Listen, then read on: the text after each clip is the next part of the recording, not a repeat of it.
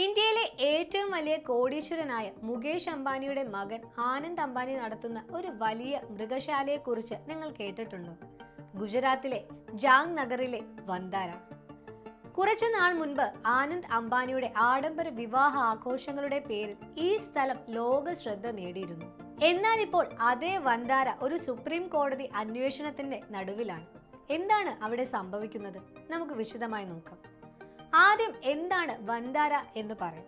3500 ഏക്കറിൽ പരന്നു കിടക്കുന്ന ഒരു വലിയ സ്വകാര്യ മൃഗസംരക്ഷണ കേന്ദ്രമാണിത്. ലോകത്തിലെ ഏറ്റവും വലിയ വന്യജീവി പുനരധിവാസ കേന്ദ്രം എന്നാണ് അവർ അവകാശപ്പെടുന്നത്. ഏകദേശം 200 ആനകൾ, 300-ലധികം കടുവകളും സിംഹങ്ങളും പുലികളും പിന്നെ ആയിരക്കണക്കിന് മറ്റു ജീവികളും ഇവിടെയുണ്ടെന്നാണ് റിപ്പോർട്ടുകൾ. ഈ വർഷം മാർച്ചിൽ പ്രധാനമന്ത്രി നരേന്ദ്രമോദി നേരിട്ടെത്തിയാണ് ഇത് ഉദ്ഘാടനം ചെയ്തത്. കാഴ്ചയിലെല്ലാം ഗംഭീരമാണെങ്കിലും വന്താരയ്ക്കെതിരെ ഗുരുതരമായ ചില ആരോപണങ്ങൾ ഉയർന്നിട്ടുണ്ട്. ഒന്നാമതായി, ഇവിടേക്ക് മൃഗങ്ങളെ എത്തിച്ചത് നിയമവിരുദ്ധമായാണോ എന്ന സംശയം, പ്രത്യേകിച്ച് ആനകളെ. രണ്ടാമതായി, മൃഗങ്ങളെ ശരിയായ രീതിയിലല്ല പരിപാലിക്കുന്നത് എന്ന പരാതി. മൂന്നാമതായി, സാമ്പത്തിക ക്രമക്കേടുകളും കള്ളപ്പണം വെളുപ്പിക്കലും നടന്നോ എന്ന ആരോപണം. ഈ ആരോപണങ്ങളൊന്നും പൂർണ്ണമായി തെളിയിക്കപ്പെട്ടിട്ടില്ല എന്ന് സുപ്രീം കോടതി തന്നെ പറയുന്നുണ്ട്. പിന്നെ എന്തിനാണ് അന്വേഷണം എന്നല്ലേ? കാരണം ഈ വിഷയത്തിൽ സർക്കാർ സംവിധാനങ്ങൾ വേണ്ട രീതിയിൽ പ്രവർത്തിക്കുന്നില്ല എന്നൊരു പരാതി ഉയർന്നിട്ടുണ്ട്. അതുകൊണ്ടാണ് സത്യം പുറത്തു കൊണ്ടുവരാൻ കോടതി ഒരു സ്വതന്ത്ര അന്വേഷണത്തിന് ഉത്തരവിട്ടത്. മൃഗസംരക്ഷണ പ്രവർത്തകർ തുടക്കം മുതലേ വന്താരക്കെതിരെ രംഗത്തുണ്ടായിരുന്നു.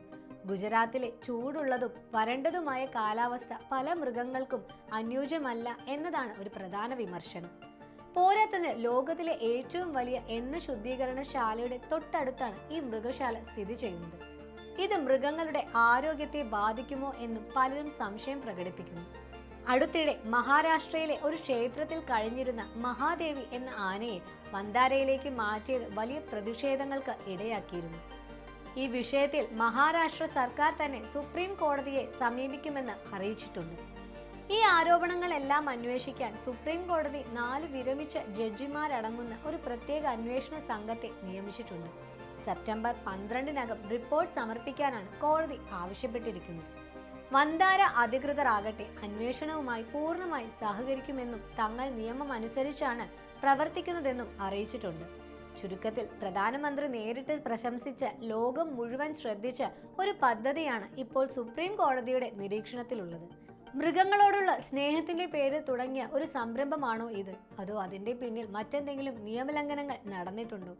അന്വേഷണ റിപ്പോർട്ട് പുറത്തു വരുമ്പോൾ മാത്രമേ ഇക്കാര്യത്തിൽ വ്യക്തത വരൂ. ഈ വിഷയത്തെക്കുറിച്ച് നിങ്ങൾക്ക് എന്താണ് തോന്നുന്നത്? നിങ്ങളുടെ അഭിപ്രായങ്ങൾ താഴെ കമന്റ് ചെയ്യുക. മറ്റൊരു വീഡിയോയുമായി വീണ്ടും കാണാം. നന്ദി.